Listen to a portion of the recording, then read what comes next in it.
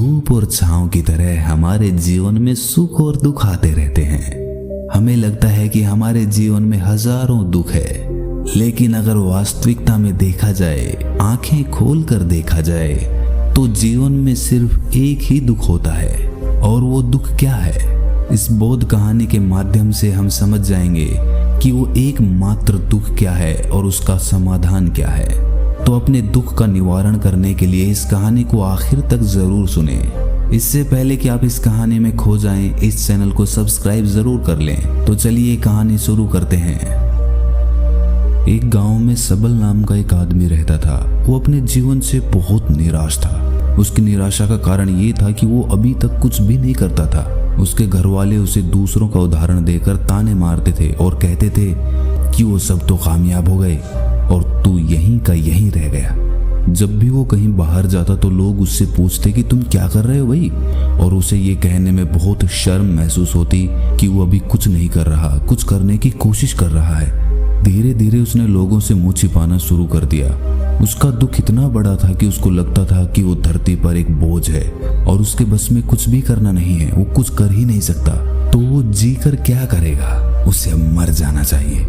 वो अकेले में बैठकर रोता और भगवान को दोष देता। एक दिन उसने नगर में एक गुरु को देखा जो दुख के ऊपर अपना प्रवचन दे रहे थे। गुरु कह रहे थे कि दुख एक गुरु की तरह होता है जो आपको जीवन के बारे में समझाता है और आपको सही से जीने का तरीका बताता है।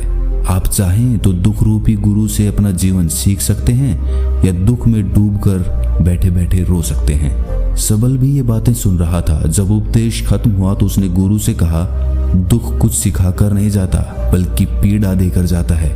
दुख की पीड़ा अनंत होती है। ऐसा लगता है कि इसके बाद कुछ नहीं मिलने वाला, कुछ नहीं होने वाला।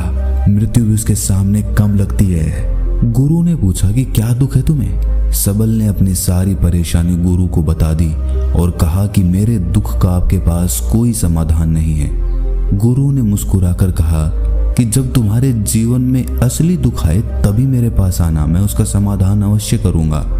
ये कहकर गुरु वहां से चले गए। सबल ने सोचा कि क्या मेरा दुख असली नहीं है? क्या ये दुख जो मैं झेल रहा हूँ दुख नहीं है? कोई भी मेरे दिल का दर्द नहीं समझता। अरे घर वाले नहीं समझते तो गुरु क्या समझेंगे? अपने दुखों से परेशान होकर सबल ने एक निर्णय लिया कि वो कुछ करके दिखाएगा। उसने एक छोटा सा व्यापार शुरू किया। उसे उसके व्यापार में सफलता नहीं मिल रही थी, पर उसके घर वाले बहुत खुश थे कि वो कुछ तो प्रयास कर रहा है। धीरे धीरे उसे सफलता मिलने लगी और फिर उसने रफ्तार पकड़ ली। वो 2 सालों के भीतर ही एक बड़ा व्यापारी बन गया। अब उसके आसपास काफी लोग थे जो उसे पसंद करते थे, जो उसकी चिंता करते थे, जो उसके कार्यों की सराहना करते थे, प्रशंसा करते थे। उसके माता पिता भी अपने बेटे की प्रशंसा करते करते नहीं थकते थे। उसके मित्रों की संख्या दिन ब दिन बढ़ती जा रही थी और वो बहुत खुश था। फिर उसके कुछ दोस्तों ने उसको सलाह दी कि उसे अपना व्यापार अब और बड़ा करना चाहिए। जब वो बड़ा व्यापारी बनकर इतना खुश है तो सोचो, अगर तुम इस नगर के, इस राज्य के सबसे बड़े व्यापारी हो जाओगे तो कितना सुख होगा तुम्हारे पास, कितने लोग तुमसे जुड़ेंगे, कितना यश तुम्हारा फैलेगा। स्वयं राजा भी तुम्हारी तारीफ करेंगे और जरूरत पड़ने पर तुमसे ही धन उधार लेंगे। ये बात सबल के मन में बैठ गई और अब वो और ज्यादा मेहनत करने लगा। लेकिन ये सब कुछ उसे बहुत जल्दी चाहिए था। ज्यादा समय इसमें वो बर्बाद नहीं करना चाहता था। इसीलिए उसने कुछ ऐसे काम किए जो उचित नहीं थे। उसने बहुत बड़ी मात्रा में धन उधार ले लिया और वो यहीं पर नहीं रुका। ज्यादा मुनाफा कमाने के चक्कर में उसने अपनी माल की गुणवत्ता खराब कर दी। उसके मित्र उसे जैसा कहते थे वो वैसा ही करता रहा। दूसरे व्यापारियों के खिलाफ षड्यंत्र भी रचने उसने शुरू कर दिए। अब उसके जीवन का सुकून कहीं चला गया था। उसे अब रातों में नींद नहीं आती थी। वो हमेशा कुछ उधेड़-बुन में लगा रहता था। सुख साधन की सारी वस्तुएं होने के बाद भी उसे किसी चीज में सुख नहीं मिल रहा था। एक दिन सबल अपने रथ में बैठकर एक मार्ग से जा रहा था। रास्ते में उसने उसी गुरु का आश्रम देखा। वो गुरु के पास पहुंचा और कहा, गुरुदेव, आपने कहा था कि असली दुख हो तो ही मेरे पास आना। मेरे जीवन में बहुत दुख है, मैं रात को सो भी नहीं पाता हूँ। सबल गुरु को अपनी सारी बात बताता है। गुरु ने कहा कि जब तुम पहली बार मिले थे तब भी तुम किसी दुख में थे। उस दुख से तुमने क्या सीखा? सबल ने कहा, मैंने सीखा कि केवल सोचने मात्र से कुछ नहीं होता। अपनी सोच को साकार करने के लिए कर्म करना पड़ता है, और केवल कर्म करने से कुछ नहीं होता। कर्म को अंतिम पड़ाव तक ले जाना आवश्यक होता है। चाहे रास्ते में कितनी भी बाधाएं आए, कितनी भी निराशा आए, चाहे ऐसा क्यों ना लगे कि अब कुछ नहीं होगा, तब भी ये मानकर कि जो कार्य मैं कर रहा हूँ मैं इसमें सफल होकर ही रहूंगा, कर्म करना चाहिए। लोग केवल सफल आदमी को ही महत्व देते हैं, बाकी चाहे कोई कितना भी अच्छा क्यों ना हो, इस दुनिया के लिए वो बोझ ही कहलाता है। गुरु मुस्कुराए और कहा, जब तुम्हारे जीवन में असली दुख आए तब मेरे पास आना, मैं उसका समाधान अवश्य करूंगा। सबल फिर से आश्चर्यचकित हो गया कि ये दुख क्या असली दुख नहीं है? असली दुख और होता क्या है? लेकिन उसने कुछ नहीं बोला। सबल ने गुरु को एक घड़ा भेंट किया जो सोने के सिक्कों से भरा था। घड़े को देखकर गुरु ने कहा कि इस घड़े को वहां उस पेड़ के नीचे गड्ढा खोद कर दबा दो, ये मेरे किसी काम का नहीं है। सबल ने ऐसा ही किया और वो वहां से चला गया। धीरे धीरे सबल को व्यापार में घाटा होने लगा। उसकी धन संपदा धीरे धीरे घटने लगी और एक ऐसा समय आया जब उसके ऊपर बहुत कर्जा हो गया था। लेकिन वो निश्चिंत था, क्योंकि कर्जा उसके मित्रों द्वारा ही उसे दिया गया था। वो सोचता था कि उसके मित्र उसके बुरे समय में उसका साथ देंगे, पर ऐसा कुछ नहीं हुआ। सबसे पहले उसके मित्रों ने ही अपना उधार धन उससे मांगना शुरू कर दिया। ना देने पर जान से मारने की धमकी तक दी। उसके शुभ चिंतक, उसके चाहने वाले सब उससे दूर होते चले गए। उसके पिता उसकी गलतियों को उसे गिनवाने लगा।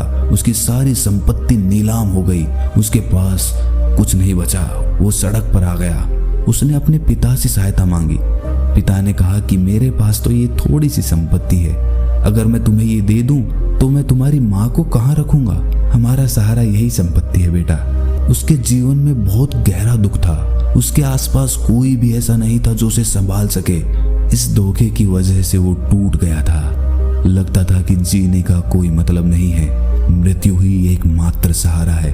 वो मरने के लिए एक नदी की तरफ जा ही रहा था, तभी रास्ते में उसे याद आया कि गुरु ने कहा था कि जब उसके जीवन में असली दुख आए तो वो उनके पास आए और वो उसके दुख का समाधान कर देंगे। सबल गुरु के पास गया और उसने गुरु को सारी बात बताई और कहा कि मेरे दुख का समाधान कीजिए गुरुदेव। गुरु ने कहा कि जब तुम्हारे जीवन में असली दुख आए तभी मेरे पास आना, मैं उसका समाधान अवश्य कर दूंगा। सबल ने कहा कि असली दुख क्या होता है ये असली दुख गुरुदेव? क्या अब मेरे जीवन में जो घट रहा है वो दुख नहीं है? गुरु ने कहा कि पहले ये बताओ कि तुमने अपने इस दुख से क्या सीखा है। सबल ने कहा कि जो लोग तुम्हारी तरक्की के पीछे पीछे तुम्हारे साथ आए हैं वो तुम्हें धोखा देंगे, क्योंकि तुम्हारे बुरे समय में वो तुम्हारा साथ नहीं देंगे बल्कि तुम्हारा फायदा उठाएंगे। भरोसा केवल उन्हीं लोगों पर करना चाहिए जो तुम्हारे बुरे समय में, असफलता के समय में तुम्हारे साथ खड़े रहे हों। और ऐसे लोग बहुत कम ही देखने को मिलते हैं गुरुदेव। जिन्हें मिलते हैं उन्हें हमेशा उनकी कद्र करनी चाहिए। कभी किसी के खिलाफ षड्यंत्र नहीं करना चाहिए। ईमानदारी और धैर्य के साथ काम करना चाहिए। लालच नहीं करना चाहिए। गुरु ने पेड़ के नीचे गड्ढा खोदकर घड़ा निकाला जिसमें सोने के सिक्के भरे थे और वो घड़ा सबल को दे दिया और कहा कि जब असली दुख आए तभी मेरे पास आना। सबल को उस घड़े से थोड़ी उम्मीद मिली। उसने गुरु को प्रणाम किया, धन्यवाद किया और वो घड़ा लेकर चला गया। उस धन से उसने दोबारा व्यापार शुरू किया और अब वो छोटा सा व्यापारी बनकर भी खुश था और ईमानदारी से काम करते करते वो फिर से एक बड़ा व्यापारी बन गया। हालांकि इसमें उसे अब कुछ समय लगा, लेकिन अब वो खुश था। उसका जीवन खुशियों से भरा था। लेकिन आप कितने ही अच्छे हैं, कितना ही अच्छा काम करते हैं, दान करते हैं, पुण्य करते हैं, लोगों की मदद करते हैं, जीवन में दुख सबके आता है। तो सबल के जीवन में भी फिर से दुख आया। उसके माता पिता की मृत्यु हो गई। वो दोनों एक ही दिन मृत्यु को प्राप्त हो गए। सबल अपने माता पिता से बहुत प्रेम करता था, इसीलिए उसे बहुत गहरा आघात लगा। वो उन्हें शमशान ले गया, वहां पर उनकी अंतिम क्रिया की। सबल ने जब उन्हें चिता में जलते हुए देखा तो उसका मन बेचैन हो उठा। उसके मन में हजारों सवाल खड़े हो गए। वो घर वापस आया तो उसने अपने माता पिता की संपत्ति को देखा जिसके लिए वो हमेशा लड़ते रहते थे। आज वो लावारिस की तरह पड़ी थी। उसकी देखरेख करने वाला, उसे देखने वाला कोई नहीं था। उसके पिता ने जो भी इकट्ठा किया था सब यहीं पर रह गया था। एक दिन पहले तक भी वो अपनी संपत्ति के लिए किसी से भी लड़ने के लिए तैयार थे, लेकिन आज सब कुछ खत्म हो चुका था। उसका मन बहुत बेचैन हो रहा था। लग रहा था जैसे कुछ खाली है, कुछ अकेलापन सा है, कुछ डर है, कुछ है जो समझ नहीं आ रहा। इसीलिए वो गुरु के पास पहुंचा। गुरु ने सबल को देखते ही कहा कि क्या कोई दुख है? सबल ने कहा कि जीवन में वैसे तो कोई दुख नहीं है गुरुदेव, सब ठीक ही है, सब सुखी हैं, पर आज मेरे माता पिता की मृत्यु हो गई और मेरा मन बहुत दुखी है। गुरु ने कहा कि इसमें दुखी होने वाली क्या बात है? एक दिन तो सबके प्रियजनों को मर जाना ही है। जीवित तो यहाँ कोई नहीं रहा और ना ही कोई रहेगा। तुम भी एक दिन मर जाओगे, हो सकता है कल, या कहो आज, या कहो तो अभी भी तुम मर सकते हो। सबल ने कहा कि गुरुदेव आप ये क्या कह रहे हैं? मैं भी मर जाऊंगा? अरे मैं तो अभी जवान हूँ। गुरु ने कहा कि प्यारे, इस भ्रम में मत जीना कि मृत्यु बूढ़ों को ही आती है। बूढ़ों के सामने जवान भी मर जाते हैं, बच्चे मर जाते हैं। मृत्यु का किसी की उम्र से कोई लेना देना नहीं है। गुरु के मुख से ये बातें सुनकर सबल वहां से चुपचाप चला गया, पर उसका मन जैसे बेचैन हो गया था। वो कुछ खालीपन सा महसूस कर रहा था। दिन रात वो अपने बारे में ही सोचता रहता कि वो क्या कर रहा है, वो क्या है, क्यों है, कैसे है, हम क्या हैं, हम क्या करने आए हैं यहाँ पर? क्या बस चीजों का उपभोग करना और मर जाना ही जीवन का असली मतलब होता है? उसे कोई जवाब नहीं मिल रहा था और उसका दुख बढ़ता ही जा रहा था।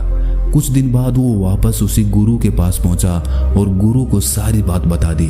गुरु मुस्कुराए और गुरु ने कहा कि आज पहली बार तुम्हारे जीवन में असली दुख उत्पन्न हुआ है।